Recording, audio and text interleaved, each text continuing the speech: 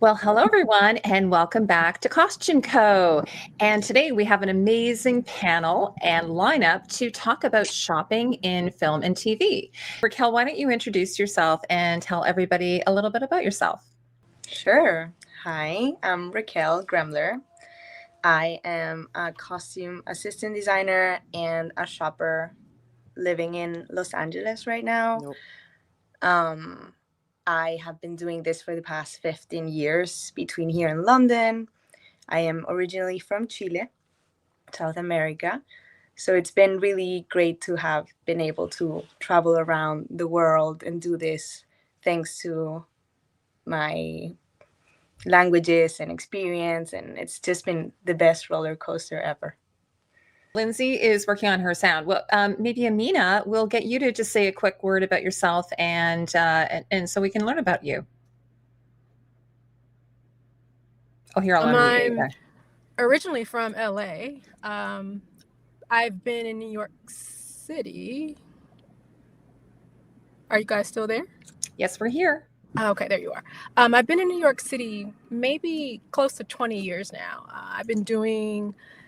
I've done a lot of different departments within wardrobe and costume. Started off as a wardrobe supervisor for a little bit, then was a costumer for a few years. Now I've kind of moved into the design side. But in all that time, I would do design work and styling work within that time. So kind of, like I said, kind of done a little bit of everything. And I've been an assistant for about 5 years now. So, yeah. What about you, Jed? You want to tell everyone a little bit about yourself? I feel bad I missed some of the intro. Hi, I was thinking about this because it was in the questions that we were going to be asked. And I think for me, I started in this business back to school shopping. I think a lot of us, that's how we fell in love with shopping and Barbies and watching soap operas, I think really cued me into what like fashion was all about. And this is specifically, if anyone remembers The Bold and the Beautiful, there was a fashion designer on that show. And I just knew that's what I wanted to be. And from there, I was a steady diet of old movies and magazines and MTV. And that led me to basically wanting to be like Edith Head and Simon Doonan combined, if you know who those people are.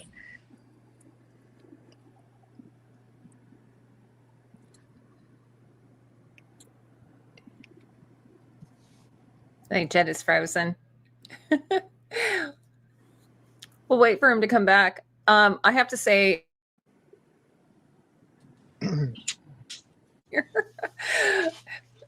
and also Edith Head. Jed, I was a huge fan of The Bold and the Beautiful. And wasn't that a spinoff of another show, Young and the Restless? Oh, absolutely. All the CBS shows, right? Yes. Totally. But that led me into doing visual merchandising and then commercials and then into film. And so doing commercials is like mini movies. And I was confident as a shopper. And that was my intro into film and making that connection, especially through Lindsay. Wonderful. Lindsay, how you doing there? Are we sorted or should we check? Yes, I think I figured it out. Yes. It was user error on my no, I'm so glad. No, I knew it was like I said, it's live. This is what happens. I've had every possible thing happen. So I'm just glad you're here. So now that we have your sound, do you want to tell everybody about yourself? And you've been on this channel before. So why don't you just tell us a little bit about you? Sure. I've worked in the industry for about, I'm coming up on 18 years. And my love for clothes goes all the way back to when I was a child and insisted on wearing skirts and dresses to school, no matter what the weather was like outside. And it was always a compromise with my mom about wearing pants underneath, if, as long as she took the pants home with her and there was no evidence of them. And then dressing up my cousins. And, I just never knew that this could be a job and that I could get paid for it. And so I've been so passionate about sharing and highlighting other members in the costume department to get the word out there to people, just to let them know that this is something that they can do and get paid to do it. Being a professional shopper, I've had long days closing down the mall, and I'm like, I can't believe that I get to do this for a living and also spend other people's money. I just want to say that all of our guests today, I have all of your contact, like all of their contact info in the, in the description. So like if you want to follow them on Instagram or find them on IMDb, also Lindsay's company, The Costume Consultant, there's a link to that as well. Lindsay, do you want to just quickly, before we start, tell everybody a bit about The Costume Consultant, that's your Sure. business? Sure. I do one-on-one coaching online to people that are looking to get into the costume industry, as well as I help working professionals navigate their career, whether it's networking, negotiating their deals, building self-confidence, changing positions, all different things costume related. So much of what we learn is on the job, and I kind of fill in the gaps of things that you don't learn in school, and I just try to streamline them a lot easier than having to take as long as I've personally had of like navigating and figuring it out, and phoning friends of trying to figure out how to accomplish something or find something in the mall. And so yeah, I'm basically like a career coach for the costume industry. Wonderful. I want to tell everyone that who's coming into the stream right now, like we had a few technical issues at the beginning, but we're ready to get going. So we have some great questions for our guests, but also if anyone who's watching this has a question, feel free to put that in the chat also, or just if you want to say hello. We have a wonderful cross-world representation today, like Lindsay's in Budapest, I'm in Canada, Jed is in Atlanta. Amina, you are in New York, you said, right? Yes. Yeah, and then Raquel, you are in, where are you, LA? LA. In LA. So like, what? This is great. We've got people from all over on this stream today. So welcome everyone. So Lindsay, did you want to get started? I know you've put together some really, I have to just admit to the audience, and I think I mentioned to everyone here, I don't know a lot about shopping. So this is going to be a wonderful discussion about what it is a shopper does, what their job entails, and everyone in the audience gets to learn about that. And also, if this is something that interests you for a career, perhaps this might be something that you want to do. So let us know. So I'm going to pass it over to you, Lindsay. Yes. Okay.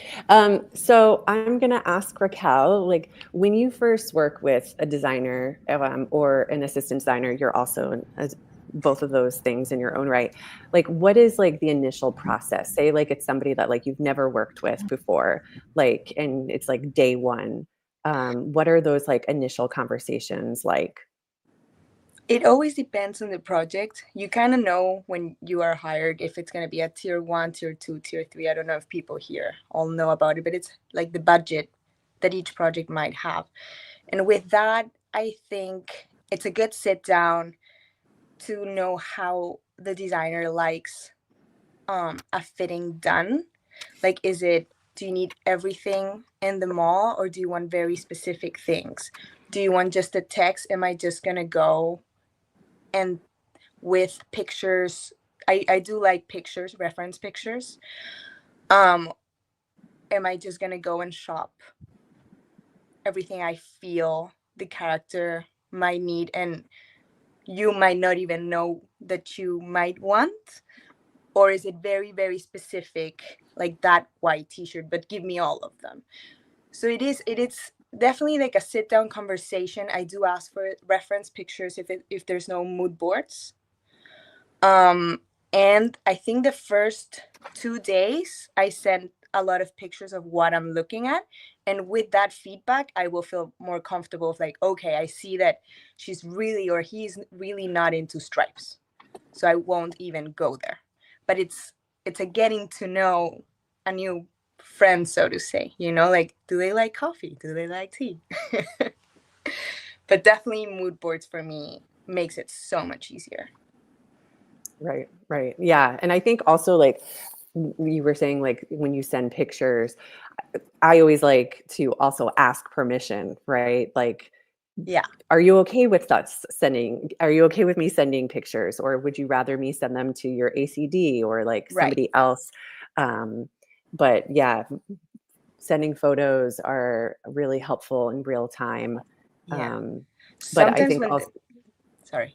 I was just going to say a lot of people just communicate differently.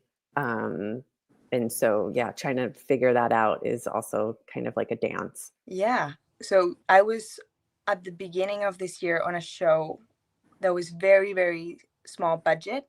And for that, because it had to be very specific and we were thrifting, so we couldn't really return.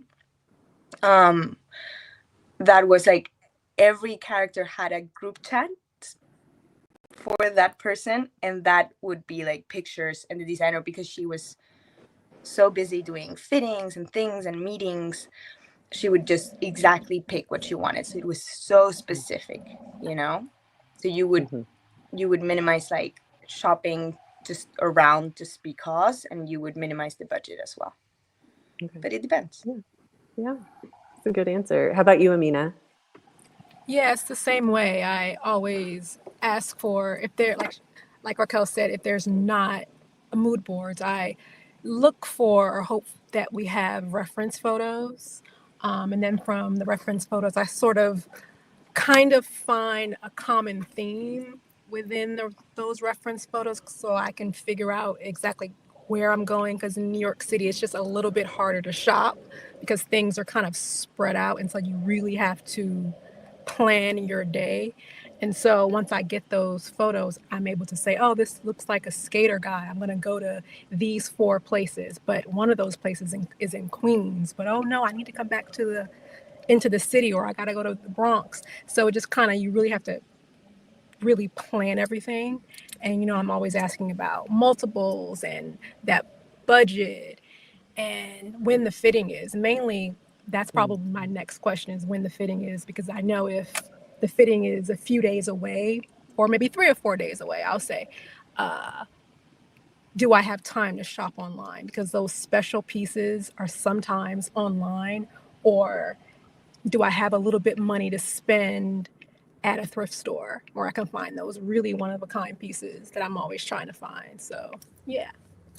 Cool. Yeah. Jed, do you have anything to add to that? I know Jed is like a thrifter, professional, character builder.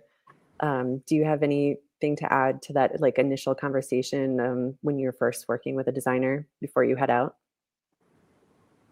I think he's frozen. Yeah, I think he's frozen. Okay. I thought he was just contemplating the In question. thought. But do you want to come back to him about that, Lindsay, after? Yeah, we'll come back. So like in those initial conversations, like for Kelly, you had touched on like budget. I think like, you know, budget is a really big driving factor as a shopper, right? Like I've worked with shoppers that don't understand the budget, and they head out to the wrong stores. They're on like the wrong show. And I've also worked on shows that like have no budget. So like when you're shopping, like, you know, budget things that you can, like, if you need to be able to return them, like if you have to get like multiple sizes, like what is usually like your plan of attack? Again, I think it always depends on the project. Like if I have an okay budget, then, and I have my to-do list, like, hey, for this and this and this scene, we're thinking this. They can always change. So then I'll be like, okay, that stuff I can thrift. That stuff can be the one of a kind. And this other stuff, I will always suggest, like, I know I'm bringing you this and you love it, but this only has 1. This other one, second favorite, has 5. Like that communication part, I think it's so important, because so many times I've had designers who fall in love with a piece, and I just can't have one, you know, because it's a vintage I don't know, Galliano 1993. I have no idea. Or just a wonderful white T-shirt with the holes. You know how much people love that very worn in cotton. So I think it's thrift. It's shopping where the character, like where they work, who they are, and then I'll be like, oh, that person definitely shops at Bye Bye So Long, Forever 21, or Neiman Marcus. So Right. really depends. I think it's a matter of communication always. Right. I'm a big texter, you know me. Right. Yeah. And especially like before like going into fittings, right? Like Yeah. letting the designer know, hey, there's only one of these in the world.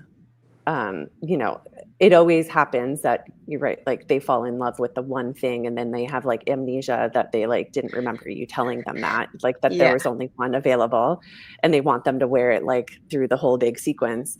But yeah, just being really clear on what you can get more of, Yeah. because I think Also, a lot of people don't understand with, say like if there's like a really long day in a movie and they're in the same costume, a lot of people don't understand that like it's not literally the same costume. It's multiples of the same shirt, multiples of the same jeans, and possibly in different stages of breakdown, but they have to have multiple pieces of the same thing.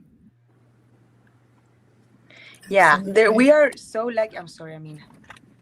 Oh no, go ahead. No, go ahead, Raquel. We're so lucky nowadays with computers and the internet. We can actually find, like, we just go to the store, we call the store, hey, how many and where they are. If we have the time, I'll ship them from New York, I'll ship them from London. I don't mind. Like if we need the 20 pants, exactly, because I always tell my family, they're so amazed that, no, Dad, like it was 5 t-shirts just for the beginning of the scene. Then he gets shot. Then he drives around the mountain. And then he, I don't know, goes in the water.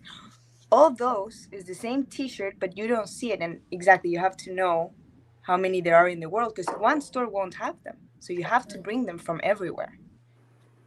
Right. Absolutely. And I've had situations where, because I never believe salespeople at all, because they'll tell me, oh yeah, I have those black boots, and I'll read the style number. It's style WHAB, and they'll say yes, and then I'll have a PA go pick them up, and then I'll have the PA in the store. Hey, tell me that, read me the style number, send me a picture, and it's the wrong thing. And I'm like, no. And so I never, ever, I've had so many experiences where that's happened, or I've had a lot of experiences where that's happened. And so I never believe. And so I usually, when I had that happen, I still have to call, of course. Then I go, and then I'm on pins and needles until I get there, and just to make sure it's the right thing. So, yeah. Can I ask a question of both of you Sure. as Yeah. well? Lindsay, do you mind? So when you're planning on going out shopping, do you try to do everything virtually first? Like, will you comb through the website? Like, say if it's Neiman Marcus, will you go through their website first before you actually go out on foot, or what's your process like there? It depends on what it is. Or do you mean just if the item is actually in the store? Is that what you mean? Yeah, or like, do you like just so you can see what they have? Like, so rather than wasting your time going to a particular store, like you're looking for black Yes. jeans, but they don't, you might want to go on and look to see what they have in store, or like, for instance, I'm in Canada, so you can look at the different locations to see what they have in stock. So do you do that type of thing ahead of time, just to I save you do some that. time? For Yeah. sure. I definitely do that to make sure that they have it. For sure. I definitely do that. And I'm also trying to find, obviously other things that have similar items, but definitely calling the store, going online to see if they have those pieces. But also, it's not always up to date. So you kind of have to, that's not always as accurate. So you have to kind of be mindful of that as well. But that's definitely something that I look at for sure. And if there's a little bit of time, and it's that exact piece, I'll try and order it, so it comes the next day or whatever it is. So definitely using online for that as I well. think also it depends on how much time you have. If you're like under the gun, and you're in the office, like looking things up on the computer, to be honest, too, like other people's stress tends to spill over into the department, right? So sometimes people just want to see people taking action, right? So if the shopper is at the computer looking things up and like the fitting is later that day, you got to get out into the world, and you have to be like looking at things and seeing what's out there.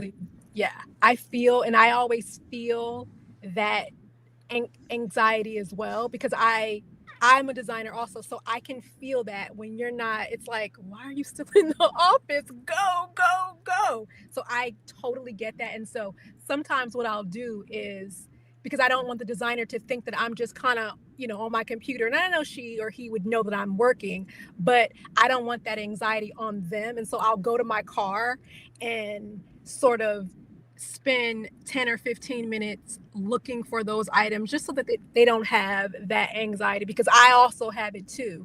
But also you have to say, okay, I need to spend this 15 minutes trying to find that item first, and then, but yeah, I definitely feel their anxiety, and I kind of don't want them to have that. So I'll kind of disappear and then try and look on my computer in my car.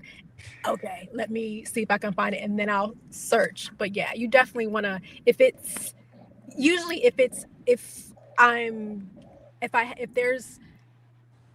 a fitting that day and it's like you gotta just go, usually you'll get a heads up either the night before or the top of the day. Hey, we gotta find this McQueen, whatever.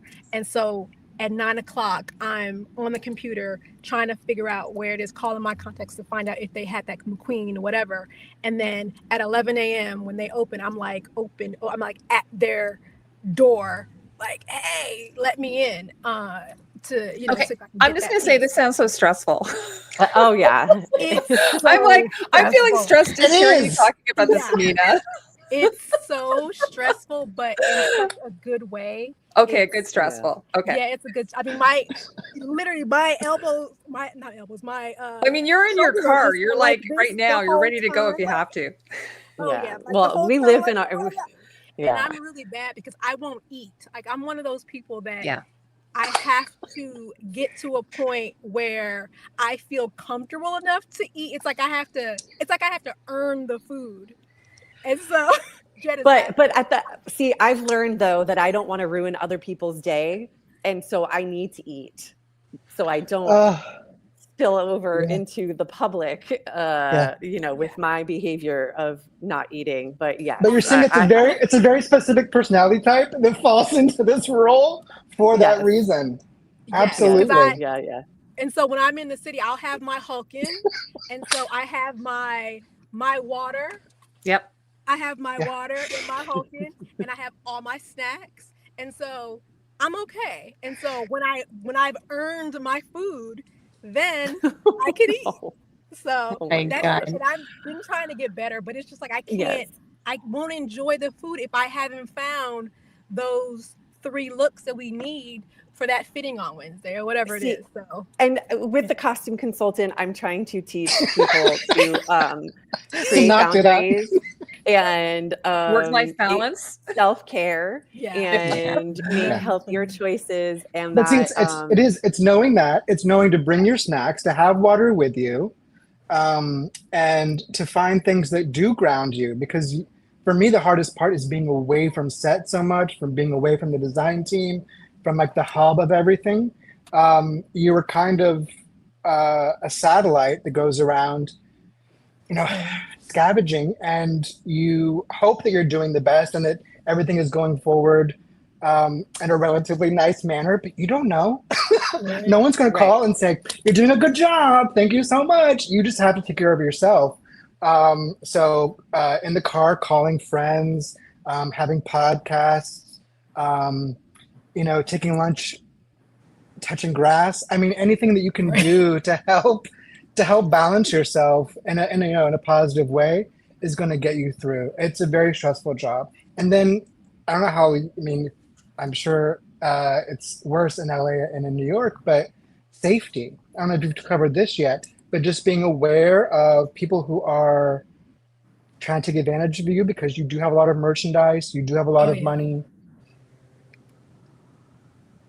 Oh no. Yeah, always a blanket in the car to cover Oh yeah, the shopping. I'm constantly worried about that in the city because we've been having so much. I mean, not even just New York City, but just everywhere. The crime has risen so much, and I'm always nervous with my Hulkin because you can see everything in the Hulkin. Can you explain to You people what the Hulkin is, just for Oh. anybody that doesn't know what it is? Oh, the Hulkin is my best friend. It is a bag with straps. It's almost like a small, stylish wagon.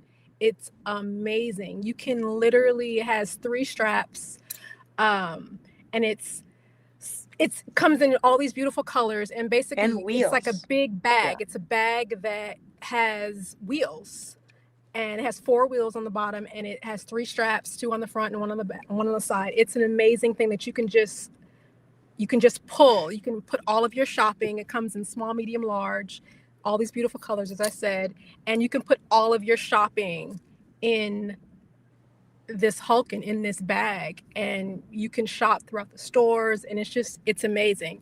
And so when I'm putting all the shopping bags in the Hulkin, people can see what's in the bags, and I'm always nervous because, like, if you're pulling it behind you, you may not see, and so I'm always constantly, looking behind me or folding the bag down so that you can't just grab a scarf or a shirt or whatever it is. And so I'm always aware of that as well. I've And so also seen other people, if you're shopping high-end things, I've seen shoppers bring in lower-end bags into the mall or wherever they're going, and they switch the bags out. They'll put the higher-end bag into like a Target bag. So when they're walking out to their car, they don't get, And then the Yes, reverse Jed. is true for fittings. You put them in a nicer bag for the actors to see. Yes. exactly. Even though it's the Target brand. So, Jen, do you keep a stash of these really fancy Rodeo Drive style bags? Yeah, literally, No, I the do women on Rodeo Drive probably would doesn't- carry these Hulkin bags. They're beautiful bags. Like Yeah. They're beautiful gorgeous. bags. And it comes in all I have these to say, beautiful by the way, metallic colors. the stealing thing, like I wouldn't even have thought of that because I guess maybe because I live in Canada, we don't.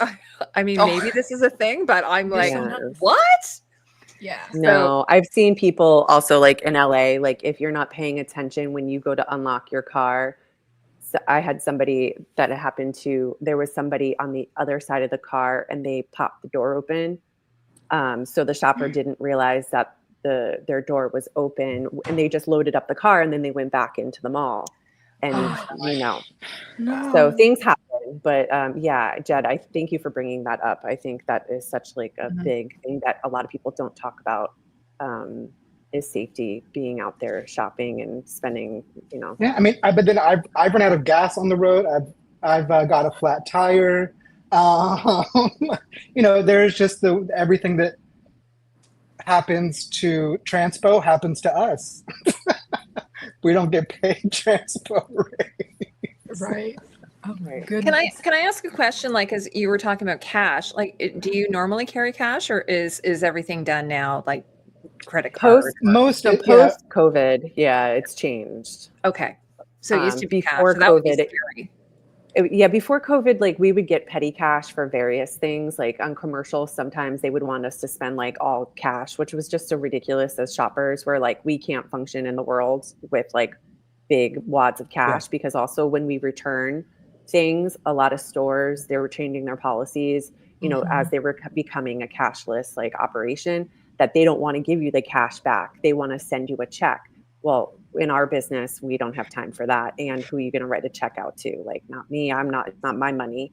So it just got to, I think COVID, one of the blessings that did come out of it was that cash kind of just went away, and they only operate on credit cards, which almost everything now, they give us a company card. Still commercials is like iffy out there that like they will make you put it on your personal card and then they reimburse you. I always try to avoid that at all costs. Definitely. Yeah, one of my first tips from somebody was always keep your money separate, and that's even like your personal debit card and everything. I mean, I don't know if you covered all this before, but you keep all that stuff separate, just so that there is no transference of paying for your lunch with the card by accident or coffee on purpose by an accident. Um, I have done that though. I did do that yeah, once. I bought myself lunch with. Oops. oops. Well, this is my other job.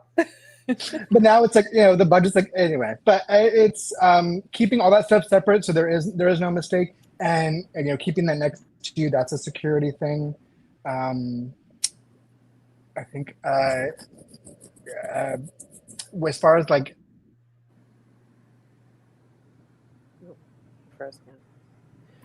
Raquel, you want to talk about like any rental houses in LA that you really like to go to? Because in LA, it's like completely different than like anywhere else, right? Like Yeah, it's like the land of plenty.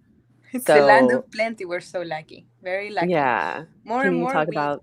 don't get to find everything, but I mean in stores. But rental houses, oh my God, we are blessed.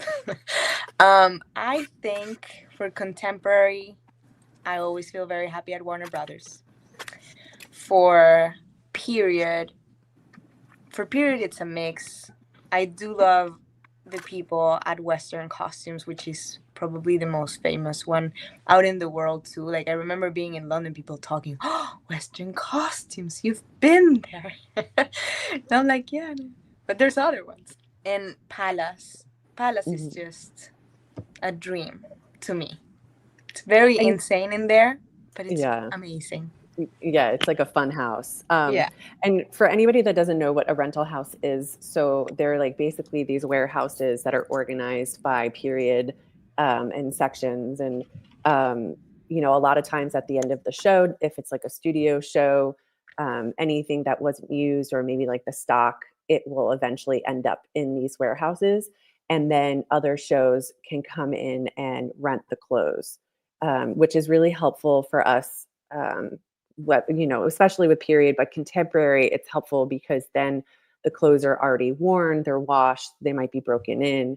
So if we don't have an age or dyer department, then that's something that we can do, as well as sometimes there are multiples in the rental houses, like, if we're lucky. And sometimes it's easier to do that than thrifting. But again, I think it's like depends on the price point, right? Like what our budget is and what we can Absolutely. spend. But okay, yeah, Palace is a great. Oh, it's a Um, dream. I don't know how to explain to people how happy I am every time I go in there. yes. And Oh, sorry. Go ahead. they just, I was just gonna say, Palace just came out with a book that is really Oh my God. fantastic. And Oh, there's I'll like, get it. the history of Palace costumes and pictures and about the owner and like, how it kind of turned into what it is now. So yeah, anybody interested in Palace costumes, there's a book I'm out. definitely going to get that book. And that's the one good thing about, not one good thing, there's so many things about LA. In New York, it's not a lot of our rental houses have disappeared.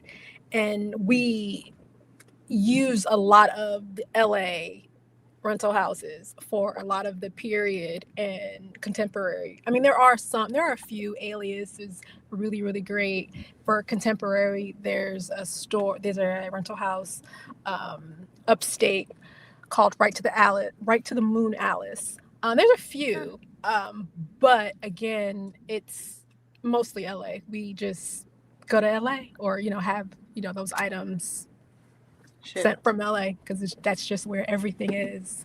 So No, I have a question, Lindsay, and for Raquel and Mina and you. So with the rental houses, can you go in and pull clothing that you can do for fittings like ahead of time? Are you allowed to just, is there like I think there's a name for that where you can rent for just the purpose of fitting and then you return what you don't use and then keep it for the film? How does that all work? What's that process like? Right, Raquel, do you want to answer that? Yeah, that's depends on the costume house if you'll have a 24-hour rental period or a 48-hour rental period. Sometimes with the weekends it can get a little tricky. But yeah, that's really good because they only will charge you a very small percentage of the actual renting price, sorry, for the garment. And that's helpful to when you don't really have found everything in stores or out in the world, because it's impossible, because it's the 50s. I don't know. It makes it easier for the designer to have a fitting with options and not have to spend so much crazy money, and then you just keep what you want, and that's what you actually rent for. It's a wonderful system. I don't know if in New York. Yeah, it's called it's the same approval way. process. Yeah, it's all the same. Yeah.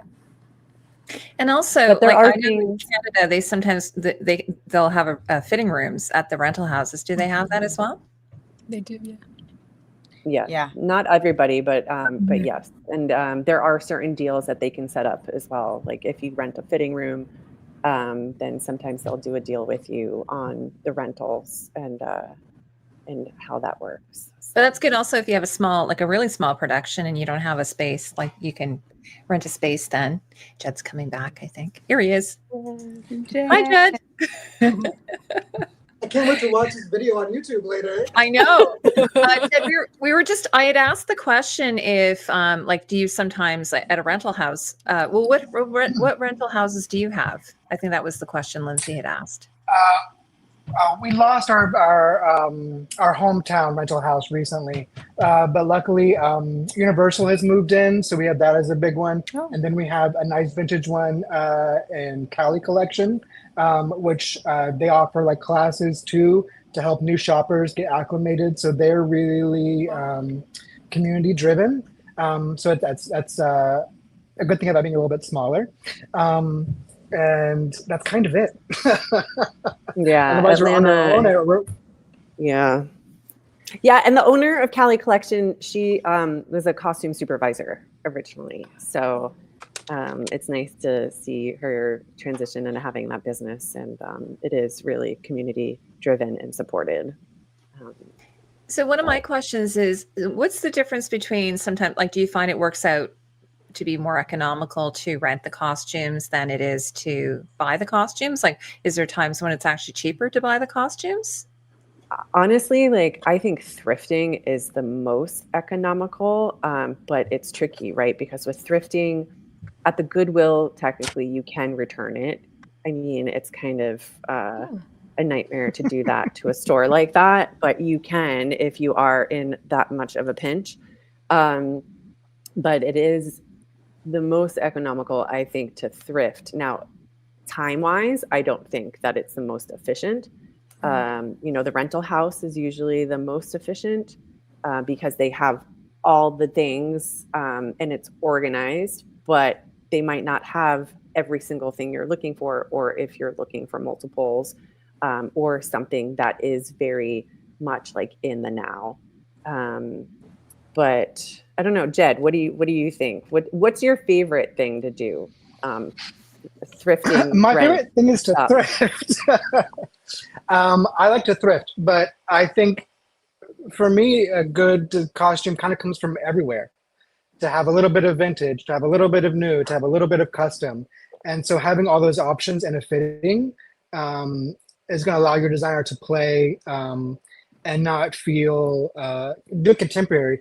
It doesn't make it feel contemporary to 2025. It makes it feel like modern day, in the italicized way.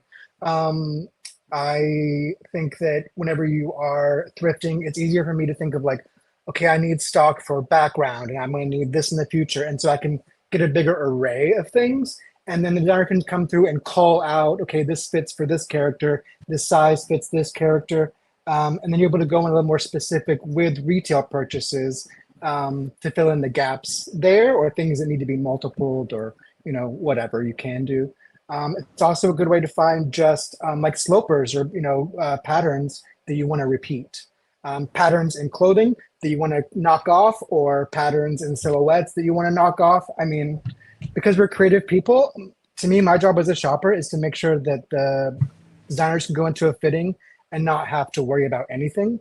So as much spaghetti as I can give them to throw at the wall, I'm going to give them and worry about the cost later. but that's that's why that's why, you know, so I don't get along with everybody, but I mean, I have a good time. It's true. If it's the right beautiful thing and it's really expensive, they'll That's what it keep costs. Yeah. I mean, I've gone in, I mean, recently I went to like Nordstrom Rack, and there was a $200 leather jacket that was like beautifully distressed. It could have come, I mean, I don't remember what brand it was, but it could have gone on anybody, you know, almost any, it's, you know, it's a perfect size. It could go on any gender. I don't know what I wanted it for, but it was $200. Like if you returned, that's okay. I've also done, because Oh, Oh no. oh, No, Jen. We just save that thought. Another question I have for you is, do you ever just buy something because you're like, okay, this may not be great for this movie or this show, but this is going to be something that can be used later at some point? Like, do you ever buy anything for your own personal I've done that. stash that you're like, I try not to do that anymore. okay, that's but Yes. bad thing. Yes, I Yeah. have a storage Okay. for that, but I only buy things that are absolutely amazing, and that's absolutely amazing. That's my caveat. It has to be incredible. I'm not going to find it anywhere, because I used to have 2 storage units and I was like, this is getting crazy. So Yeah. now I have 1, and I've limited myself to just, it has to be amazing. But yeah. What about you, Raquel? God, for me, only when I'm traveling, because I know that stuff I won't be able to get here. Like I love my Latin designers, so I do that, and I'm like, but I know this shirt will never find it here. The colors, the patterns, and maybe we get like a very, very happy kind of character, and I can't even bring it, even ship it. It won't come here on time. So I do those things, and I sometimes surprise the designer, but I have this, and maybe you will like this. But it's mainly when I'm traveling. Yeah. So how does Yeah. that work? Do you have to pay your own money for that, or how does that Okay, work? yeah, it'll be like my own. We call it kit. Yeah. Your Yeah. kit, okay, Yeah. and then you would charge back the kit to the production so that you get recouped for your Depends. costs. I really Depends. don't, because Yeah. it's so Depends, but special, no. and it's like Oh, it's like okay. a gift Oh, it's a to gift. the Okay. viewers. Yeah. Do you get the gift back though after? Yes, always, and You do, sometimes a okay. little gift back with it.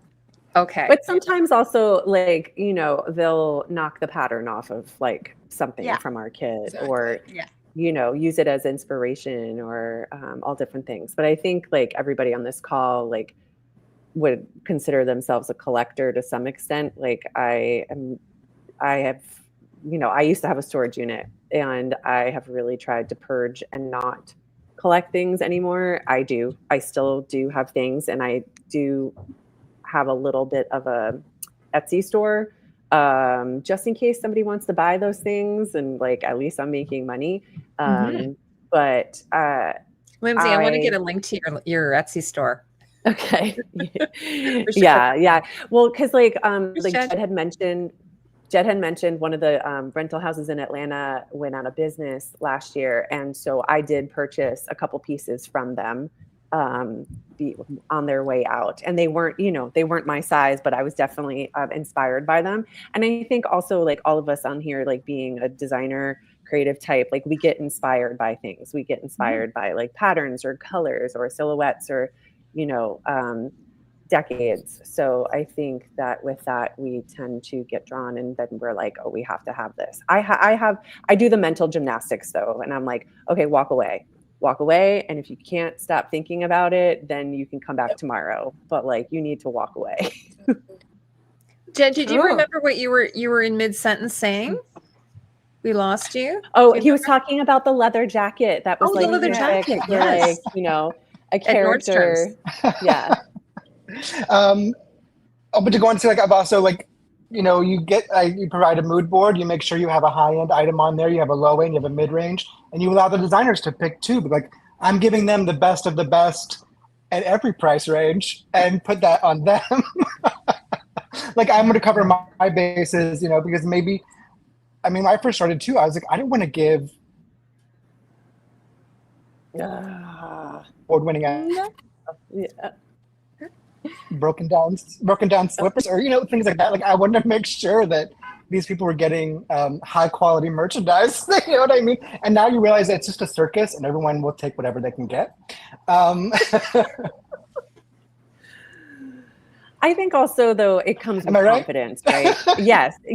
But Jed, I think that comes with confidence from like doing what we've been doing for years, right? Like in the Right. beginning, it's like I was so nervous about like the money or getting the right thing, or Raquel, you touched on this, I think, about getting what's on the mood board, but then I always like throw in like a wild card piece. Yeah. Because if I'm out in the world and I've been doing this for years, like I know the designers that are just repeating stuff. And then I also know when I see something that is like a totally new twist on something that I'm like, what is that? Like, it's very rare, but when you see it, right? Like, and you're like, okay, this has to, they might say, no, you're crazy, or this might be like the perfect thing. Oh yeah. So many times I've seen the face of like, what were you thinking? I'm like, I had to try it.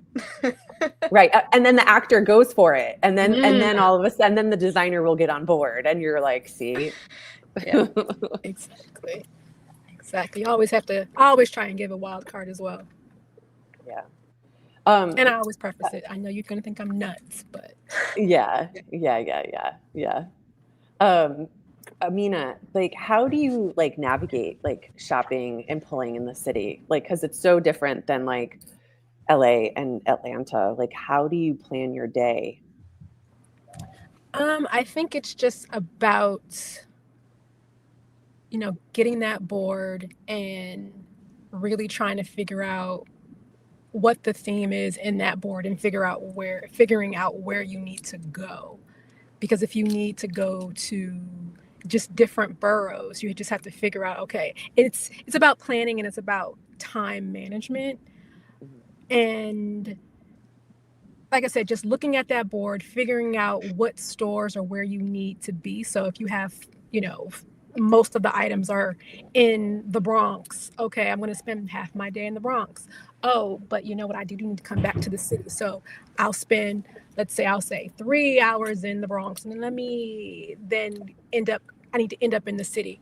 Let me spend 3 hours in the Bronx, and then the rest of the day in the city. And so it's just mainly about planning and time management. That's the key, because we only have 10 hours to do the thing. If you have, most times jobs will give you a PA to sort of follow you around. And so I'll have my Hulkin, load everything in the Hulkin, find the PA, drop everything off with the PA, grab that Hulkin, and kind of keep going. So yeah. Okay. Jed, are you there? He is. Jed. Okay. Can you hear me? He is, but maybe he can't hear us. I can hear you. Oh, you Okay. can. Jed, in Atlanta, do you have like a favorite mall or like a favorite like thrift place to go? Or both? I will say my favorite thrift right now is Southern Thrift Market, and it's because it is organized like a rental house almost, where everything is kind of color coordinated or sized, and it is just so easy to shop. And so I can go in and shop all of men's, stash that in the car, go shop all of women's, stash that in the car, and then be able to go and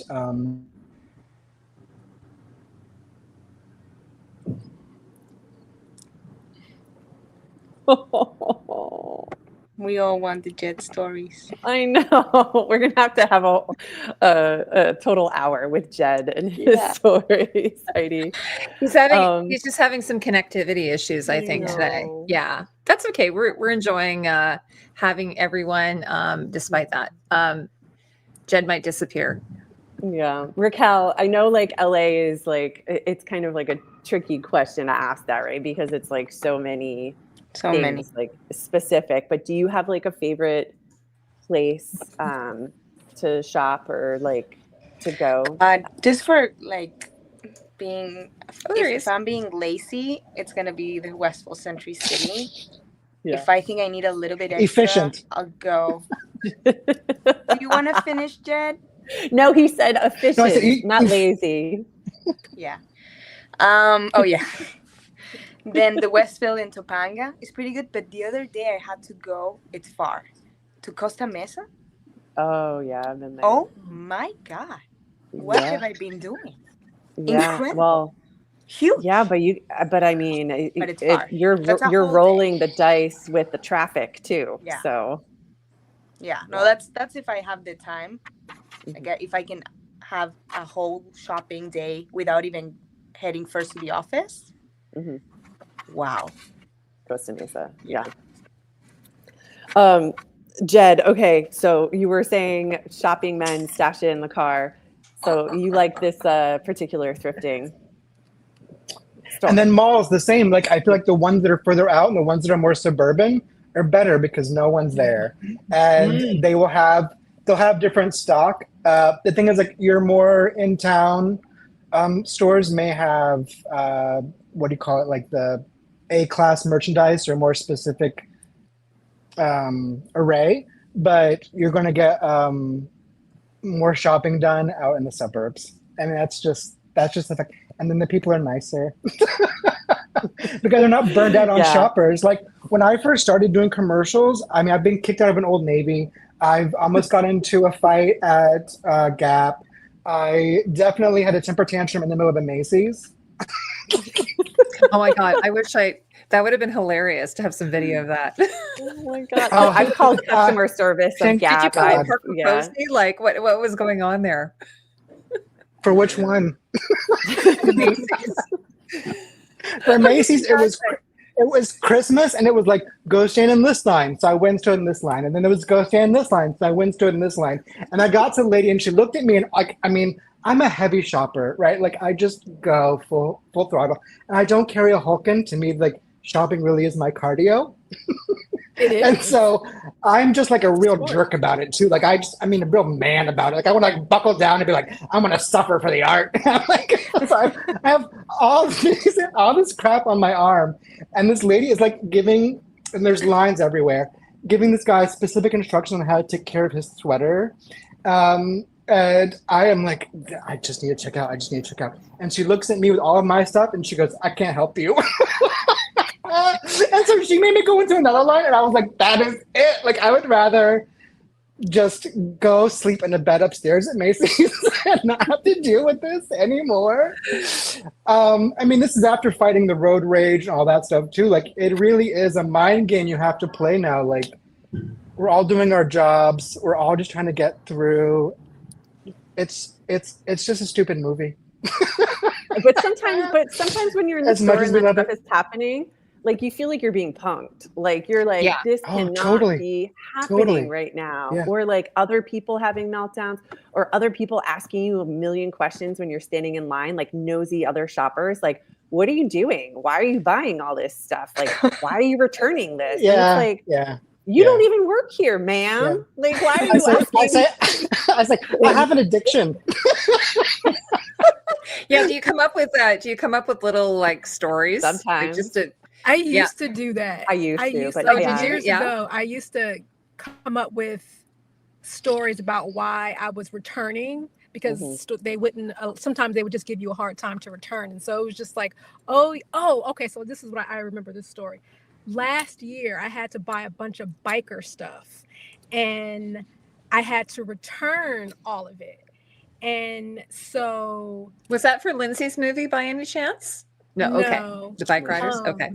And I told, because I wasn't the one that was returning. And so I told the PA, I was like, you have to come up with a story about why you're returning this biker stuff.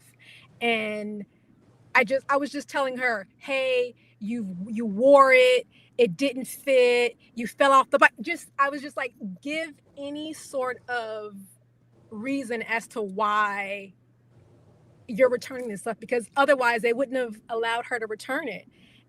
And it was a lot. It was like maybe $2,000 worth of stuff. And so we needed to get that stuff back. Mm-hmm. And it wasn't even a lot of stuff. It was just the cost of the items it was expensive. And I was just like, go in there really sweet. And I told our coordinator, I said, we have to find the cutest girl. We had some really cute PAs. And so I was like, one of the cutest girls you pick, and have her go in chatty and, you know, just do the whole thing and be the damsel in distress, like play the part, because and they were all guys in there. And so I was like, I know they're going to fall for her. So you have to play the part, be the damsel. Oh my, do that whole thing. And she was able to return. It was, like I said, it was like $2,000 worth of stuff. And you just, those are the things that we used to do. Yeah. I'll sometimes like eye up the salespeople too, like, and be like, who looks like either the least experienced, right? That like, they don't know what we're doing, so they won't ask me any questions, or who looks like the nicest, that they're just going to be like, whatever. And like, I also did a story one time, like that it was like hiking gear or something. And I was like, I was going on a trip with my boyfriend for his birthday, and we ended up breaking up. And like, this was all the things I bought for his birthday. You know, and they're like, oh no. But now I don't lie. Now I don't lie I'm like, either. Yeah, and here's the stuff. Do you want to take it? If you don't, then like, I don't really care anymore. Like, the first thing they say, are you a stylist? I'm just like, how do you know this? Like, they know as soon as we walk in.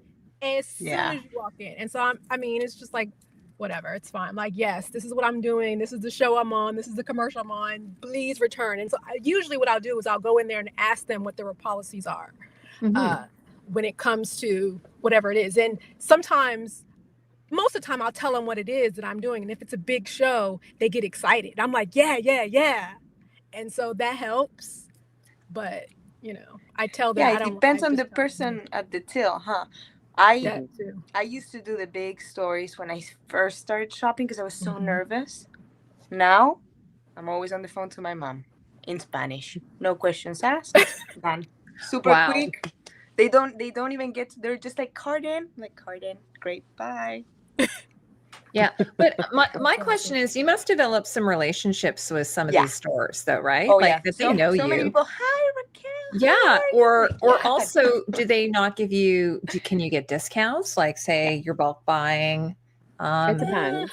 Yeah, it depends. Like, I just did a Capital One commercial, and we get to shop like all Rodeo, like high end things. And a lot of those stores will give us a discount, but that's because we're spending literally thousands of dollars at their store. But on the average, no, they don't. Yeah, I think normal stores, no, but some specific boutiques, like they'll give like the stylist rate, which is like 15 to 25% off, which is great. Depends. Yeah. Now, a question I have is, what is your go-to outfit you wear when you go shopping? Do you have like a set of clothes that you like to wear? Like, this is my either my good luck shopping outfit, obviously, or you shop for comfort in mind. Like, do you have anything that you want to share about that? In New York City, I always say, a friend of mine said this, that shopping is a sport, and it is. And so normally, this is not a normal thing though, but I don't think I'm necessarily normal. Whenever I shop, because I'm short, I'm 5'4", and I desperately want to be taller. I have these platform boots that I wear. They're about maybe 4 inches high, but they're platforms, and they're squishy, they're soft, they're rubber, and I got them on Amazon. They're like $40, and they are the most comfortable boots. They're like sneakers. No one believes me, but it makes me 5'8", and I'm so happy, and I feel better, and I'm tall. Those shoes, I love those boots. They're my favorite boots. I can run in those boots. That's how comfortable they are. So that's my favorite thing that I wear when I'm shopping. What about I know Raquel? Lindsay's all in with her Nikes. She's like, Nike. What's the style, Lindsay? Nike Air Max 90s. Yes. I have them in like every color. I'm wearing them today. Yes. But I also had like, so I used to be like a ballet flat girl when like, you know, that was like a thing, and like boots and stuff, but I had a foot injury And since my foot injury, I live in sneakers. I don't mess around anymore. Oh, But I I have a still foot want them to injury. look cute. Oh, I yeah, have no, a foot girl. injury. I have flat feet. I have my orthotics are in those boots. But you can't be a shopper or anyone in the design department or costume department and not have foot, knee, back issues. We all do, I'm Yeah. sure. But I just put my orthotics in and I'm 5'8", so So good. All right, go I on, think go on, Raquel. I'm also a sneaker. Definitely like a good. I've been really into New Balances lately. Yeah. Just good. My It's podiatrist recommended New Balance. yeah. Mhm.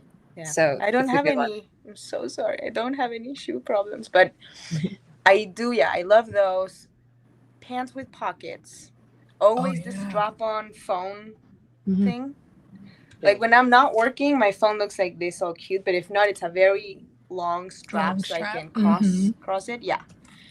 And then there's like a little wallet thing that comes here, so I can take the card really quickly. See, I'm with my phone, with my mom on the phone, card gone. And some layers because I get so hot walking around the city, downtown, the mall. I have a Yeah. good jacket that has like these little straps as if it was a backpack. So when I'm really hot, I just throw it out and I just have it like as a backpack. Oh, And then when nice. if I'm cold, I put the sleeves back on. Yeah, that's awesome. Yeah. Do you I think have like any other tools like a measuring tape or anything? Like if you're like Always. sure. yeah.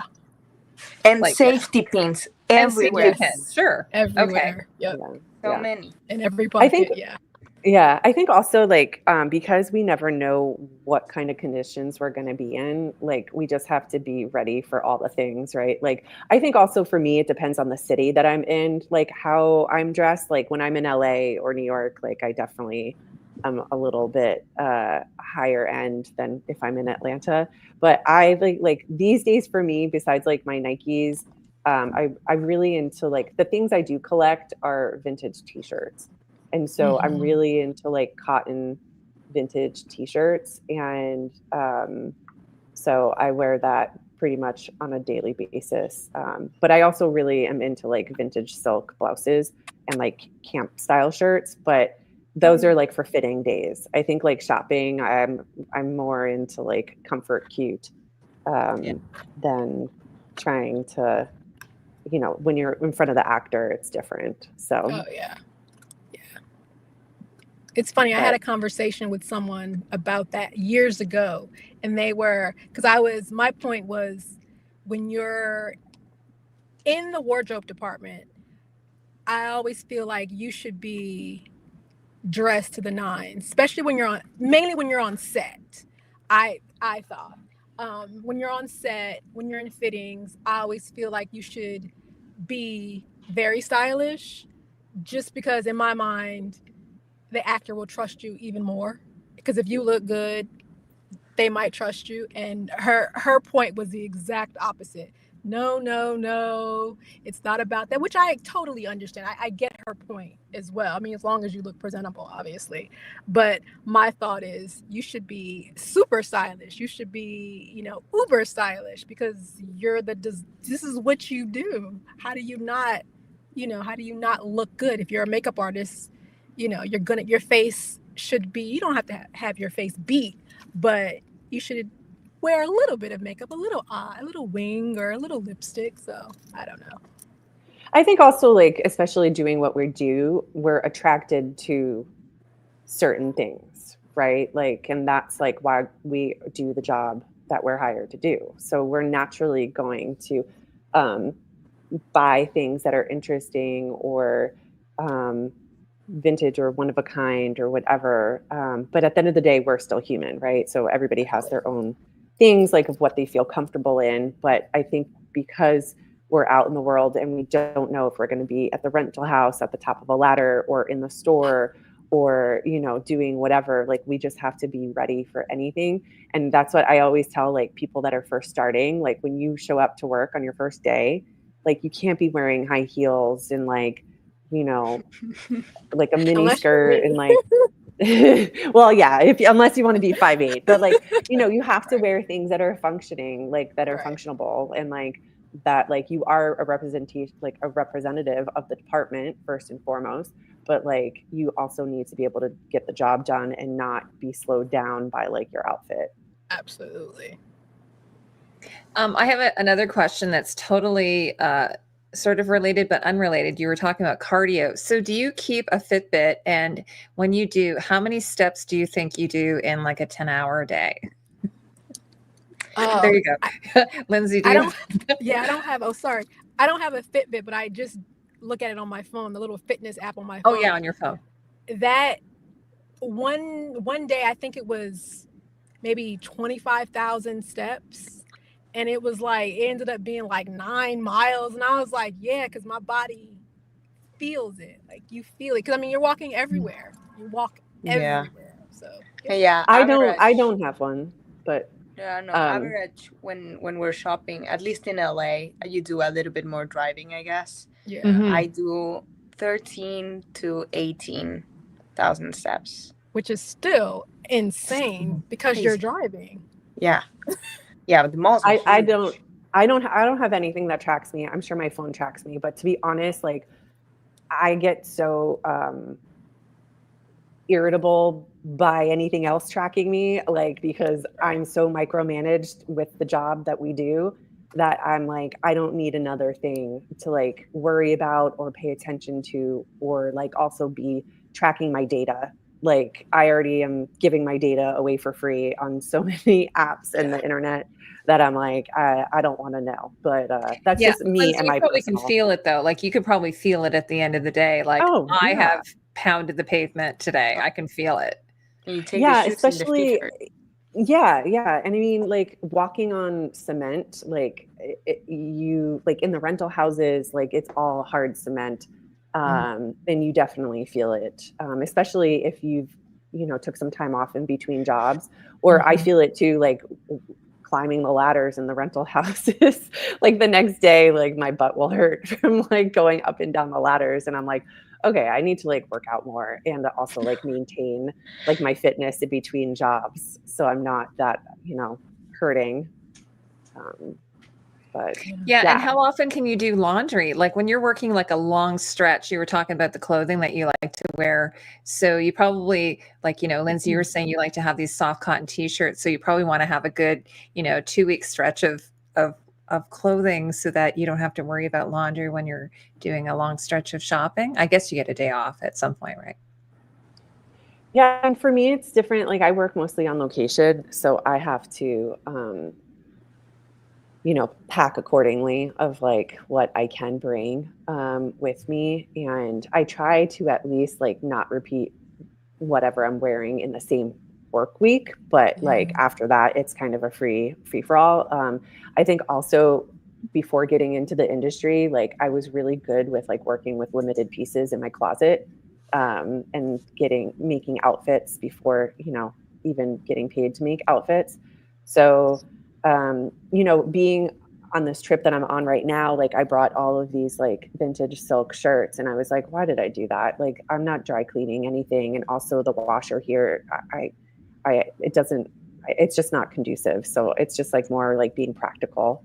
I really wish Jed was here for this conversation because I want to know what he wears for I don't know if he shopping. can hear us.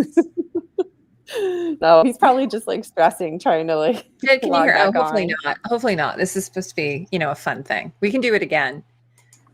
No, because I was thinking like that's just like years ago. This is so weird. Years ago, I worked with this girl on an internship, and she wore the same 2 shirts. So one day she would wear one, and then the next day she would wear the other one, and then she would repeat. And then I remember one day she came in wearing a 3rd shirt. That must be laundry day. It was the strangest thing. So anyway, that's sort of a super random thing to say, but I always can remember that being just the weirdest thing I ever remember. So yeah, you don't want to, if you have like a week's worth, just because you guys are so busy and everything. Lindsay, I know you have some other questions lined up. Did you want to handle those? Let's see. Talks about a lot of things. Yeah, you have what's your favorite part of the job? Yeah. Raquel, you want to go first? What's your favorite part? I kind of like being out of the office and doing like my own thing. I love that part. I love being out and like being able to see what's out there, how designers are creating right now, and being able as well to go to the costume houses, go to the thrift stores. Like I feel like I have so much knowledge of clothing today because of my job. Before I did study fashion design instead of specifically costumes. So I've learned so much from being at Western, at Sands in London, Palace here, about history, about periods, about fabrics. I think, yeah, I love that. I'm very, very happy, very lucky. Same. How about you, Amina? Love being out and about and seeing what's out there. Feel the exact same way. Yeah. Yeah. I think like, I like the hunt. You know, I worked on a show last year and I was hired as like the specialty shopper. And so I had to find like, we were recreating pieces that it was for a Michael Jackson biopic. So it was like recreating things that like already existed during certain decades. And so I was like online shopping. There were not a lot of parameters on how much I could spend. And I love Oh, trying to Marcy figure out. Rogers. I can't wait for Yes. that. Yes. And I also like, you know, what we were talking about before, like being resourceful and like trying to figure out how to like solve a problem. So it's like trying to figure out if you're shopping things online, like getting these vendors to like help you like get your job done. So they're like, oh, we do standard shipping. It's like 4 to 5 business days. And I'm like, how much money can I throw at you just like so you can like go to FedEx today and like put it in the mail? So like I know, what and can I sometimes get? they don't. They say no, and I'm I like, know. Or they want to tell you the whole reason why they can't do it and their brother and this and that. And it's like, okay, but like, do you understand that this is for like a movie? And as soon as like you start saying that, then they're like, oh, okay. Like, and then they'll be more inclined to help you. But I think like for me, it's like the problem solving and also I'm a big advocate about this. I talk about this a lot, spending other people's money. I mean, I love spending Okay. other people's money. That means I'm spending less of my money because Yes. I have the urge to spend money and it's not mine. So it's getting that urge, like, you know, out, and then it's not my problem anymore. So, you know, being able to do that has been a great thing in my life as well. Oh, absolutely. It's such a good feeling. You're like ka-ching, ka-ching, ka-ching, and nothing really affects your personal life besides the check that's coming at the end of the week.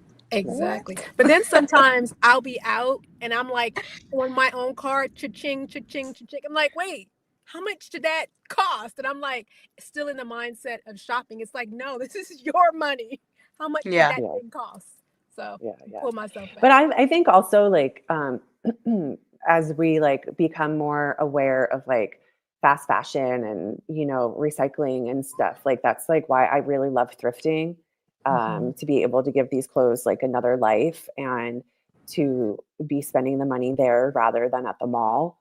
And character building, I think thrifting is just such a fun way to build characters.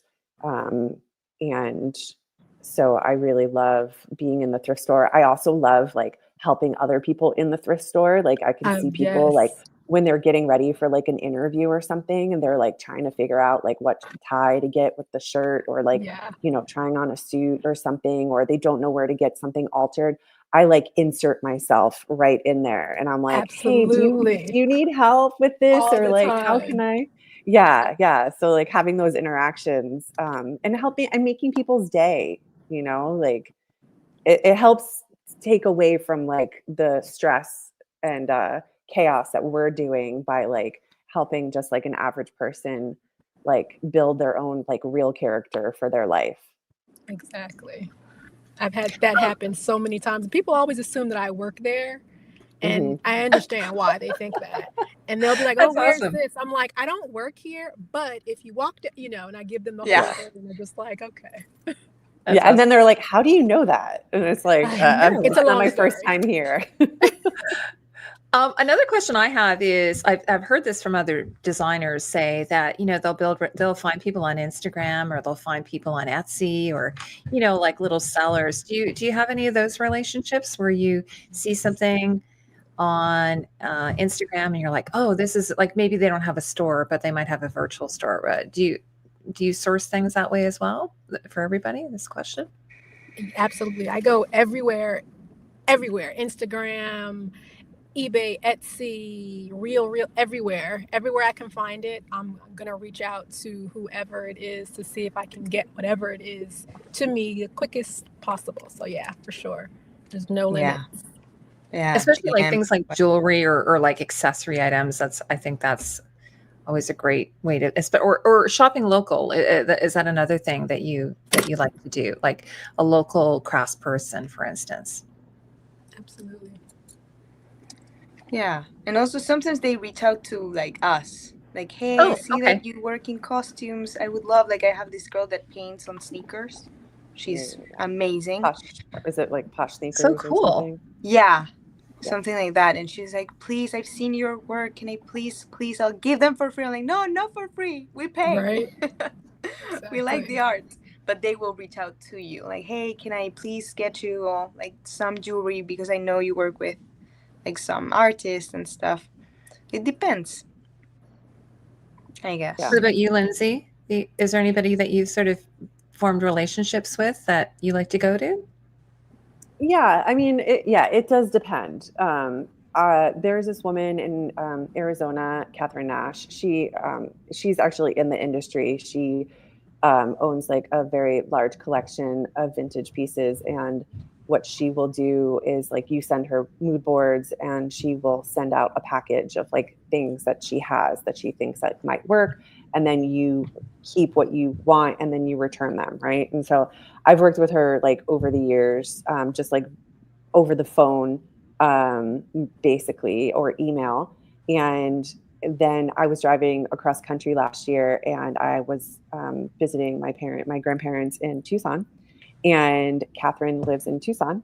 And so I was like, hey, Catherine, I'm just happen to be driving through. Can I like come over and hang out? And I got to spend the day with her in her studio, and she's an artist as well. And so she was like showing me things that she had, and like, this is like a person that's like in the industry that like nobody ever gets to meet because it's just like a virtual thing. And to be able to meet her in person was just like so cool. And to be able to like have like a face-to-face, establish that relationship, it was really special. And I just felt like, so many people don't get to meet her in person. And I just was like, I was really pumped about that. That's amazing. I've heard about her collection for years. Yeah. So that's she's got great stuff. She works with like, Lou Eyrick a lot on like American Horror Story. She works with like Jacqueline West, like all the big designers that's doing anything period. She's in their Rolodex for sure. And again, it's like super casual. Like she doesn't send pictures of anything. She's just like, you send me the pictures of like your inspiration, and I'm going to put a care package together for you. And if you like it, great. And if you don't, just send it back. It's fine. So she's a really good resource for sure. That's amazing. That's awesome.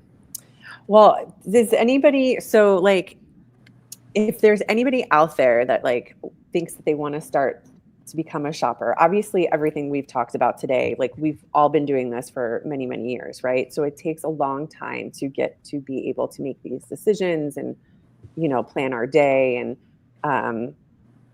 but for anybody that's like starting out, like what would your advice be of like how to get into shopping? Well, I think you have to PA first, right? And then you kind of get into shopping because you're doing the returns. And you so see what is a PA? PA is like the first tier step of getting into any movie position. And it's it stands for production assistant. Yeah. We love them. Very, very thankful for them. I was a PA for 2 years in London. And it's where I guess you learn the most. And then I always ask them, like, what do you want to do? And when they say like, oh, I want to shop like you, I'm like, oh, so this is what you need, and la la la. And then sometimes I'll take them with me and I'll show them around. I am always happy when people reach out because I'm South American. They're like, oh, my dream is to become a costume designer, a stylist. Like, how did you do it? How did you get to the United States? So it's fun to like mentor a little bit of like how my little journey has been. But I do like to take the PAs with me one day and show them like, this is how I shop. Sometimes like if I know it's going to be a huge purchase, to buy it in different receipts. Increments. Like, Yeah. yeah. So when they return it, look how nice I'm being to you now. No, They it's won't true. get like a crazy, and they can go to different stores too. And I don't know. How do you, because you mentor a lot, Lindsay, how do you do it? Or I mean, how do you do it when you have PAs asking you like, hey, I love the way you shop. Like, I love your work. Amina, you Yeah, go first. it's similar. I had someone do that, ask me that once, and they didn't necessarily shadow me, but it was sort of the same thing, just kind of giving them a little bit of information about how I shop. And that was a great idea about trying to do the receipt in increments, because I have told them that, because you just don't want to have, a $2,000 or $3,000 receipt that's 40 feet long and they have to return all this stuff. And so explaining to them why, just kind of explaining to them my process and kind of the things that I do and why I do, not just what I do, but why I do it. Because I feel like if people understand why you're doing something, it'll actually stick in their mind. At least that's how I learn things. But I would also say another good way is to do the thing that you want to do. So I tell some PAs or just people in general to create a photo shoot. It doesn't have to be a lot of money, but create some sort of a photo shoot. Come up with a theme. Look in a magazine or whatever. Come up with a theme. Do a photo shoot and sort of shop. You don't have to spend a lot of money. You can go to a thrift store. You can spend 20, 30. Doesn't matter how much you spend, but it's about the experience of shopping for a particular piece or particular pieces, so you understand the thought process. Maybe go to a rental house, explain to them what you're doing. Hey, I'm doing this little project, and they will work. Rental houses will work with you, the ones in New York City. They'll work with you, especially if you tell them why you're doing and what you're doing. So I feel like if you explain to them, if they are actually doing the thing they want to do, it will stick more, and they'll understand why you're doing the things that you do and why certain things work and why some things don't work. And I don't know, just that to me seems like a good idea for them to try and do something like that. Yeah. I had a designer once tell me like, shopping outfits. Like, don't bring me 20 t-shirts. Which skirt goes with this? With which pants? What jacket? Give me the outfit, Raquel. And I was absolutely. That makes total sense. That's how I shop. No, that's exactly. I learned that as well. Just because before, when I used to shop that way. But then, like when you don't see, it's hard for shoppers because we're not in the fittings, and so we don't know what's used and what's not used. But when you create outfits, you cut down on returns and you know exactly what you need and what the designer needs. Oh, I bought this really cool shirt. Let's see if I can find a jacket for it. Let's see if I can find a couple pair of pants and shoes and, pantyhose and rings and accessories and whatever, hat or whatever it is. And so you can kind of complete a full outfit if you're shopping in outfits, if you're trying to put together outfits as opposed to just a shirt, a pant. And then when you look at everything on the rack, you're like, why did I buy that green shirt? It doesn't look right with anything.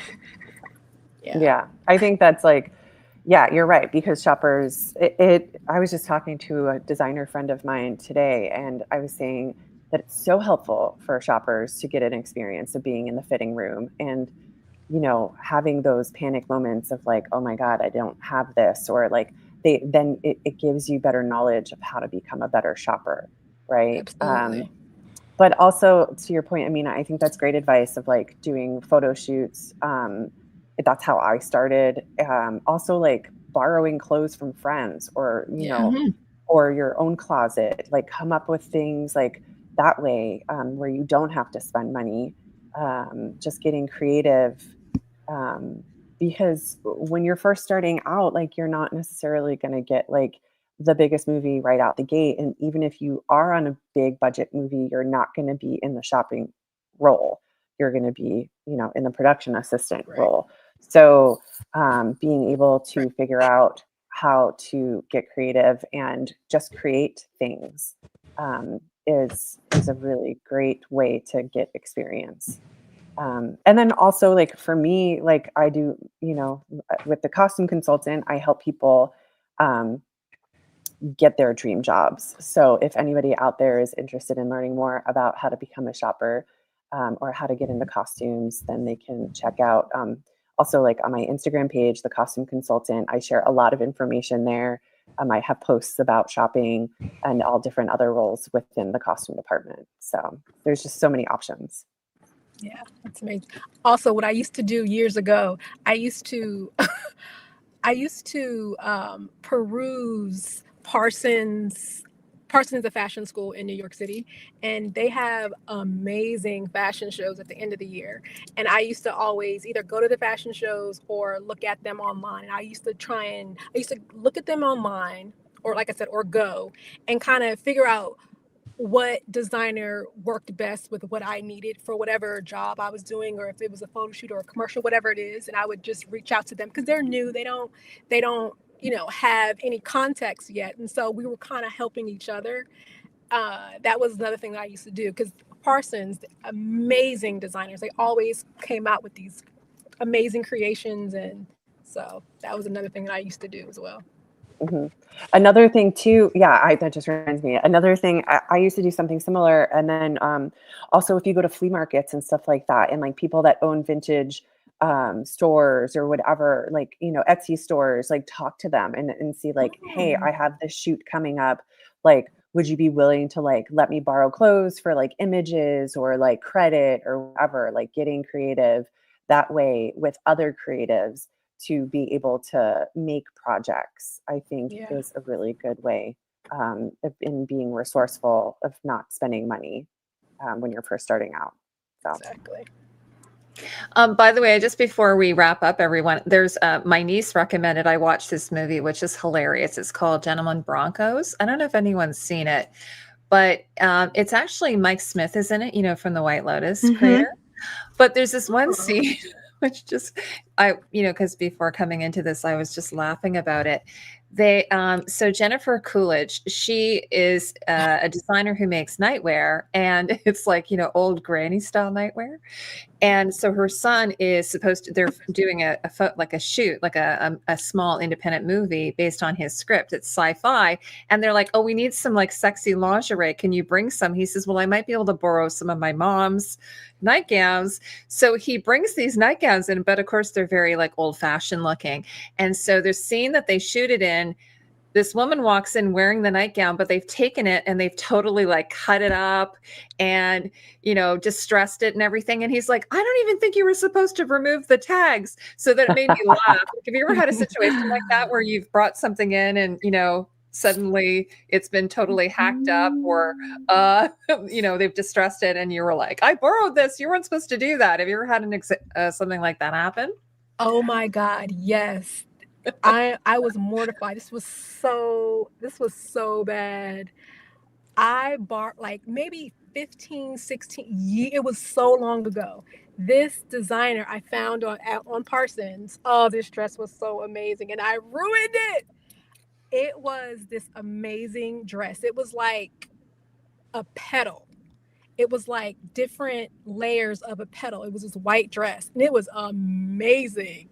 And he let me borrow it. But I think this was like maybe my second job. And I didn't realize that the scene required it to get wet. And so it got wet, and I destroyed that dress.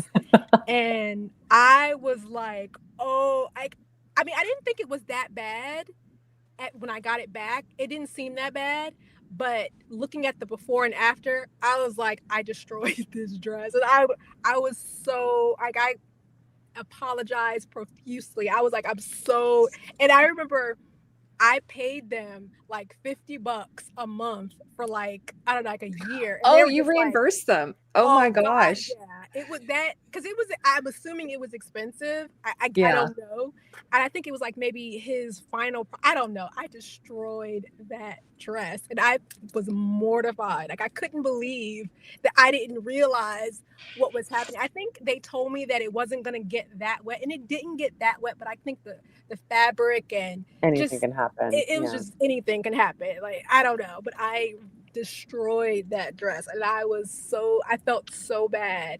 And after a while they were like, forget it, it's fine.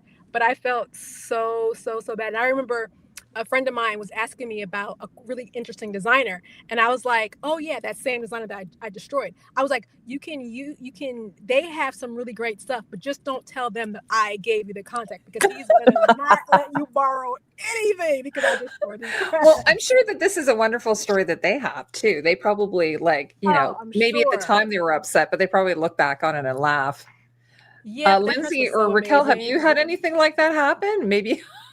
Raquel. I probably did, but for Yeah. me, it's always it just gives me shivers when I come middle of the project. Hey Raquel, we need some help shopping. Hey Raquel, we need some help with fittings. And they're like, oh, by the way, do you mind doing this returns? I'm like, yeah, of course. Easy peasy. I go and the stuff is stained. And I'm there like, I had no idea. Oh, Jed's I back. swear. Oh my God. But I'm like, how can you give me stuff that's stained to return? Oh, Jed, hello. Oh, Jed. Hi, Jed. Jed, we're gonna have you back again. We're gonna. I know. We're gonna have a Jed episode. No, I'm taking notes. I'm learning from y'all.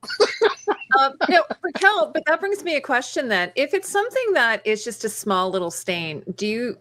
And won't maybe we take shouldn't it. have this be They public. won't take it But back. do you ever use a Tide pen on it or something? Yeah, we do everything. We You do dry everything, clean it. We right? wash it. I have all the things Yeah. in my car, but sometimes the stain's still there. And Yeah. that's it. Or if you have the money, just buy it. Yeah. Like I come across, if I'm on something that has money, I'm like, I'm not messing around. Like we did this, like, or if we pulled something and it has a stain on it, like you're supposed to call it out to like, the designer or to the store or whatever, and let them know, hey, we didn't do this. Like, we're going to return it to you the way it is, but like, it's not our fault. But anything can happen.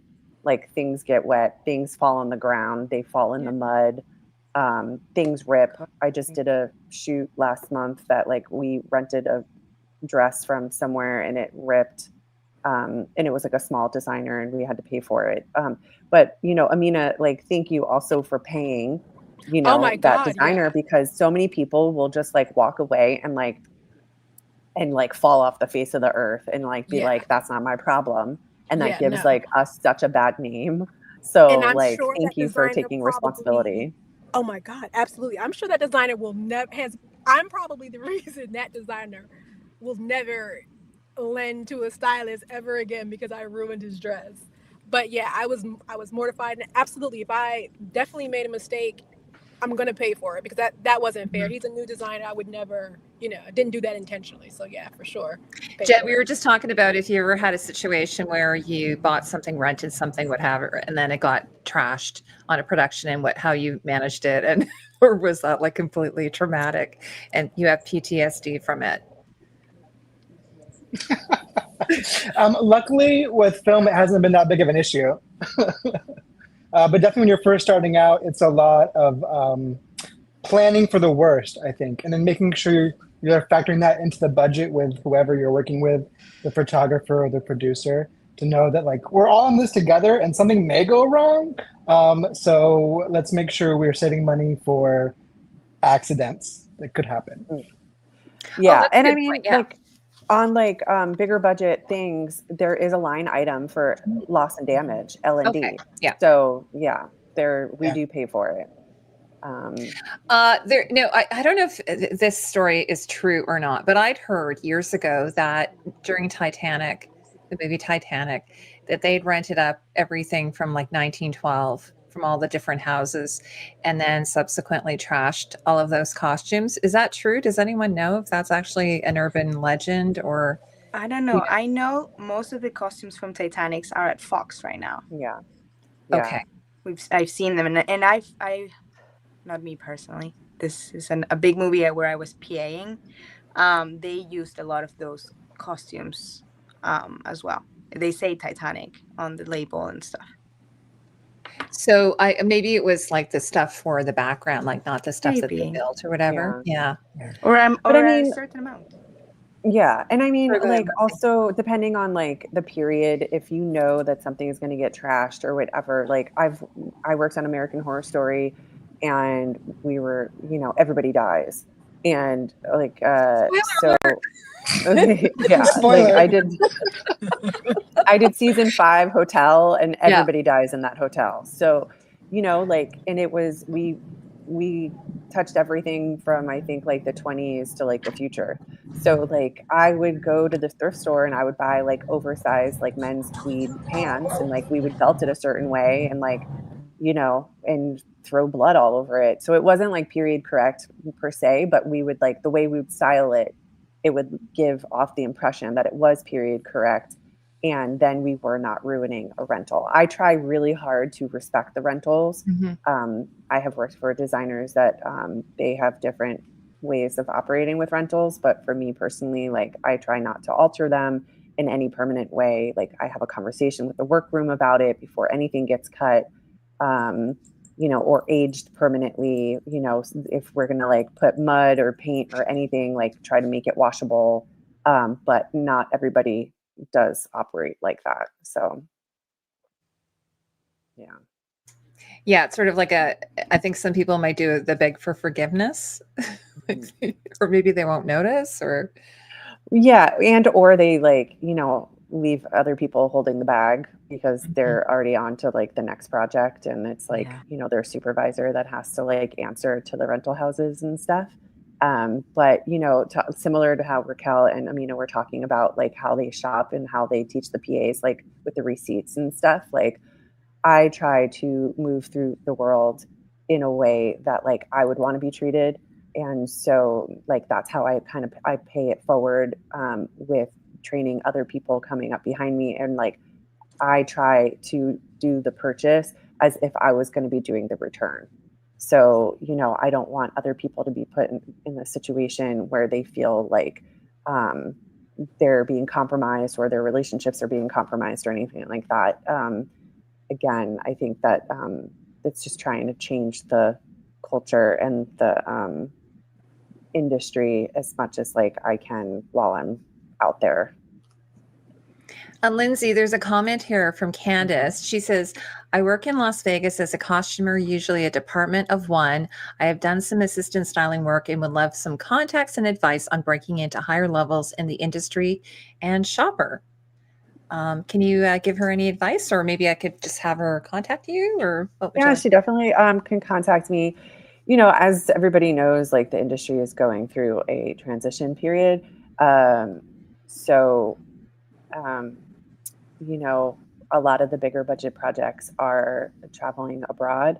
But I would say, you know, find out what your local union is. I'm a big advocate of working union projects. Find out what your local union is, what the procedure is to joining, if you aren't a member of that already. And also, you know, figure out what is shooting in Vegas or in the surrounding areas. Go to any events that the union is having, volunteer, meet as many people as possible. I'm like super passionate about like researching like what projects are happening, who's working on them, or what projects I really have enjoyed, and who designed them, or who was the shopper on them. And so I reach out to them that way. I follow them on Instagram, different things like that. And we've got another question here from Itzel. Hi, Itzel. Said, would you say the way of getting experience is starting as a PA? We sort of touched on that a bit. Yeah, maybe. I actually didn't start off as a PA. I kind of wish I did, because there's so many things that I learned from PAs now. I'm like, oh, I didn't know that. Thank you. Show me how you did whatever it is. I sort of just, actually, one of my first jobs, which was terrible, and I don't recommend it. One of my very first jobs was a wardrobe supervisor. And a friend of mine, and I was terrible at this job. I had no idea what I was doing. I had worked with the designer. We had did a fashion show in Jamaica like months before, and she was like, hey, I'm designing a movie, do you want to help? I was like, yeah. And she was like, you'll be my wardrobe supervisor. And I was like, sure. And so I get there and I'm like, what am I doing? Like, I don't know. Like, I had no idea what anything was happening. I remember one day I was on set and I don't know what came over me. I unplugged the monitor. I don't know what I don't know what I was thinking. I unplugged the monitor at Maybe you Video needed to Village. plug in an iron or something. No. I was at Video Village. I don't even know why I was on set. Okay. I was a supervisor. And I was on set. I was at Video Village. And for some reason, I unplugged I don't know what I was thinking.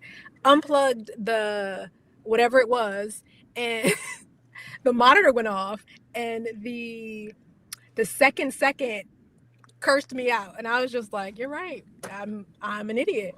And I learned so much from that job, because literally that job was like maybe 30 days, or actually no, it was about 6 weeks. Every day I thought I was going to get fired, because every single day I made every single mistake.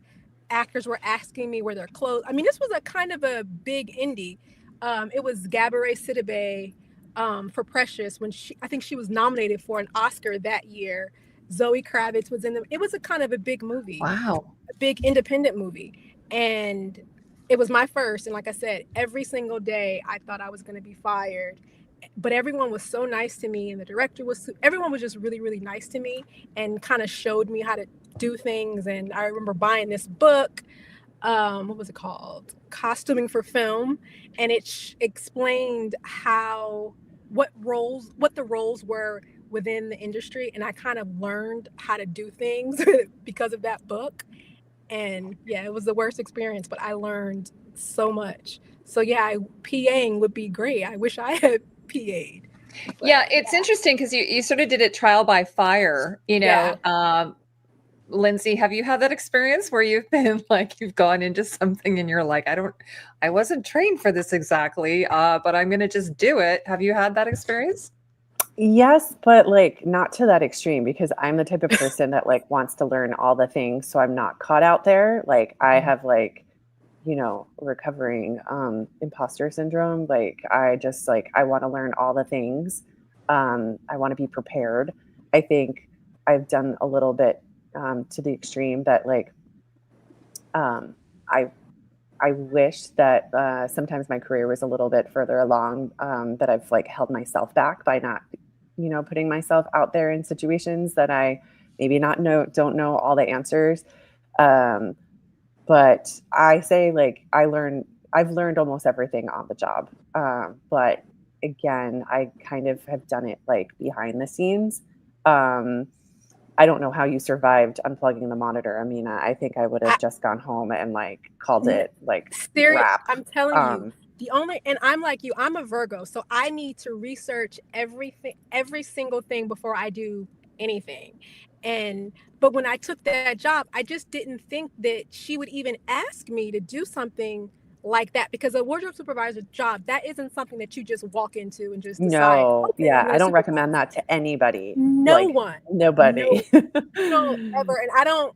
And so thinking back, she kind of set me up a little bit because it's like that job is so hard in general. That job is hard, and so to just not know what you're doing is even harder. And again, every day it was like I'm gonna get fired. I remember the script supervisor, because for some reason I don't know why I was on set, but I would be on set, and every time I saw her walking towards me, I'd be like, oh my God, I forgot something. And I was like, please, and it was, she'd walk up to me, Amina, we forgot the ring, or we forgot the ear.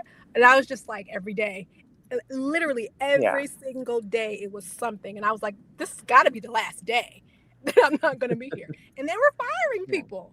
One of our hairdressers got fired on that show. And I was like, well, how I'm still here? Like, it was crazy. Right. But Yeah. Well, I mean, it's probably because you're awesome. You know, like, I mean, you know, when you work with awesome people, like, okay, she's made some mistakes, but it's probably just because you're an awesome person, you know. And well, it's also like about like adjusting, right? Adjusting quickly and like not making that mistake again. So it's like when somebody is making the same mistake over and over again, like this might not be the job for them. So I think like if you're a quick learner and like it sounds like you take responsibility, because a lot of people don't take responsibility, but you know, but so much of what we learn is on the job. I will say that, but I think that it is very beneficial to the person that is in the position and also everybody else in the department if you are in the correct position according to your talents and your skill set, to, you know, make sure that you're not overpromising, and that you're able to be like a part of the department and be like a team member that that can be supportive and can also be relied on, because we rely on everybody so heavily to get our job done. Absolutely. And because of that job, that's what I did. It was just like, okay, I know what not to do. And so jobs going forward, it was like, just like, okay, well, I know I can do this. Oh, I can't do that. I'm not going to even step into that because we're not having that happen again. And so like I said, I go above and beyond to try and figure out what it is that's needed. And I'm doing tons of research to make sure that I'm prepared for whatever it is, because we're not going to have me trying to feel like I'm going to get fired every single day. So that was the worst feeling. Yeah. For that long. That's awful. Terrible. It was. And that was so long ago. I still have PTSD. Yeah. But look at you now. You're doing great now. Yeah. How was the movie though in the end? Like, did you go see it? It was amazing. The movie was amazing. Yeah. So there you go. To the sky. And it was amazing. Victoria Mahoney directed it. She's gone on to do some amazing projects. They all have, actually. So it was a great experience. It was an amazing experience, and I'm glad I didn't know what I was doing, because I learned how to do everything from that job. So, but like I said, I wouldn't recommend it. Yeah, I think it's important to say what your capabilities are. I've gotten, sadly, some people to work for me or for the movie or the project that I'm doing, and they overpromise us. Lindsay was just saying like, oh yeah, I've done this, I've done that, blah, blah, blah. And then you get to set or you get to the fitting and you're like, what just happened? Yeah. Like, if you would have told me you're not ready but you're willing to learn, then that's a different business. You know, you can teach them. You can sort of at least explain or know what to expect. Right. But when you lie about because you want to get a better job or you don't want to be a PA anymore or whatever, then you put yourself in a position where I guess we are not used to having nice. Not everybody's not nice. A lot of people are nice, but people who are willing to help you, we're scared that doesn't really happen that much.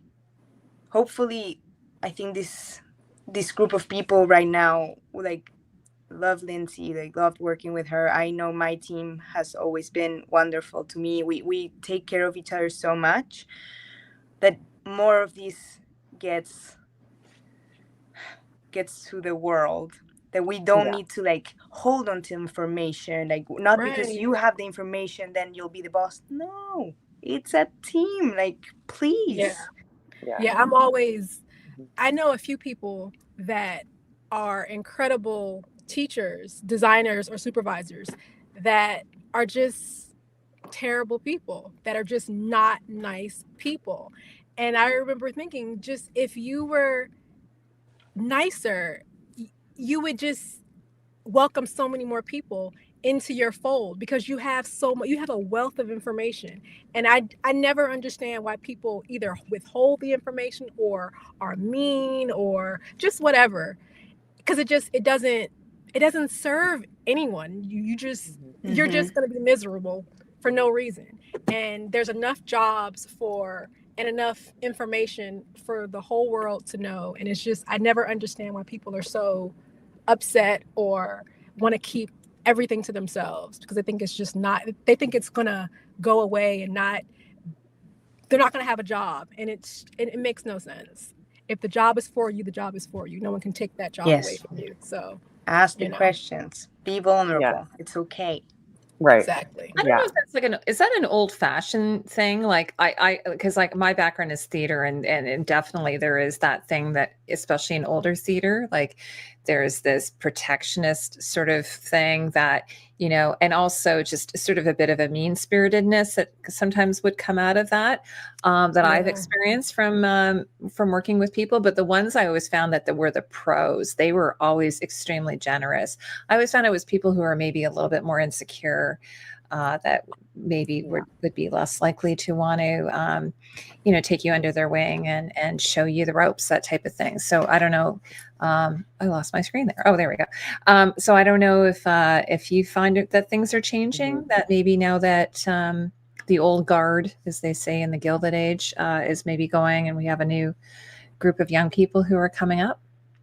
That might be because I think those people that I'm thinking of, they were theater people, and so and they were a little bit older. It's very, it's very. I don't know how to stuffy. I don't know what the expression. It's very old fashioned. I think it's a combination, because I think sometimes people, with the way they were treated when they were coming up, they feel like they are entitled to turn around and still behave that way, and under the guise of, well, I'm treating you better than I was being treated, like you're lucky. But I really don't get caught up in any of that, and I don't like to work for any of those people anymore. And I just try to be the change in how I operate and how I train people. I do find that the younger generation, they were taught to have decision-making skills, you know, whether it's like dinner of like, do you want pizza or do you want hot dogs, or do you want this or do you that?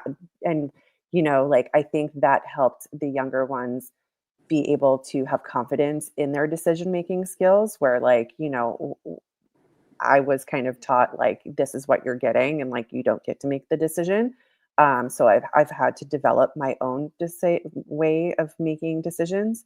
So I think like with the younger generation and like training, I've been really trying to be aware of not crushing that confidence and not crushing, you know, those decision-making skills, but also still asking people to be trainable, still asking them to like ask questions. Like,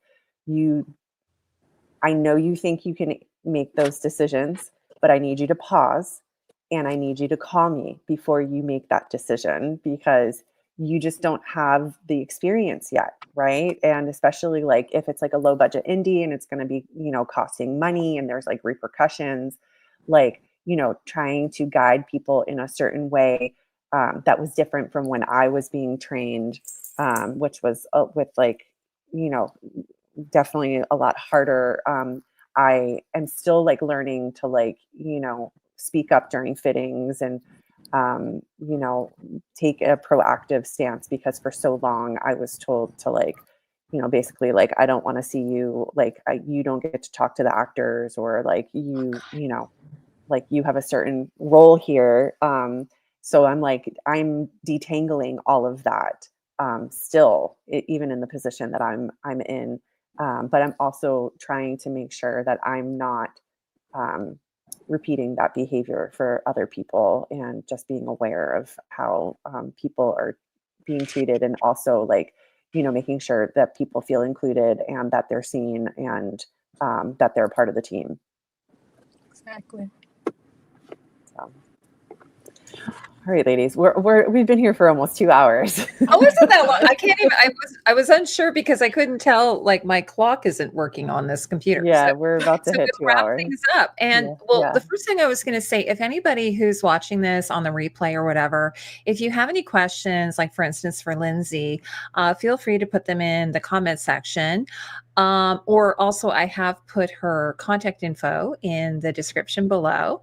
But also, I highly recommend that everyone, if you want to follow all of these wonderful creators on Instagram, their IMDb is there as well. And for me, this has been such an amazing experience, like getting to meet all of you. Lindsay and I have done this a few times together before, but thank you so much. I really appreciate it. I've learned so much today. Lindsay, thank you for putting this all together. Thank you for so hosting much. us, Heidi, and thank Well, you for. I love it. I always learn something new, and also I'm sure our audience has learned quite a bit today. Oh, thanks, Beth. Oh, that's my mom. Oh, hi, Beth. That's awesome. I love that she's here. That's so great. But anyway, yeah. So I and also just taking all of this time from your Sunday to spend with us as well. So Lindsay, do you have anything else you want to add to that? No, thank you so much for hosting us, and thank you, ladies, for saying yes. And hopefully we can bring Jed back, and we'll do a whole episode on Jed. Yeah, So so thanks, 2-hour Jed. He has a lot to say, and he has a lot to share. So yeah, I think that would be a good follow up. and hopefully we can just get all of us back together again at some point and talk. We can come up with another topic. Yeah, Absolutely. Yeah. This was fun. Okay, well, thanks so much, everyone, and enjoy the rest of your day. Take care. Bye. You too. Bye. Thanks.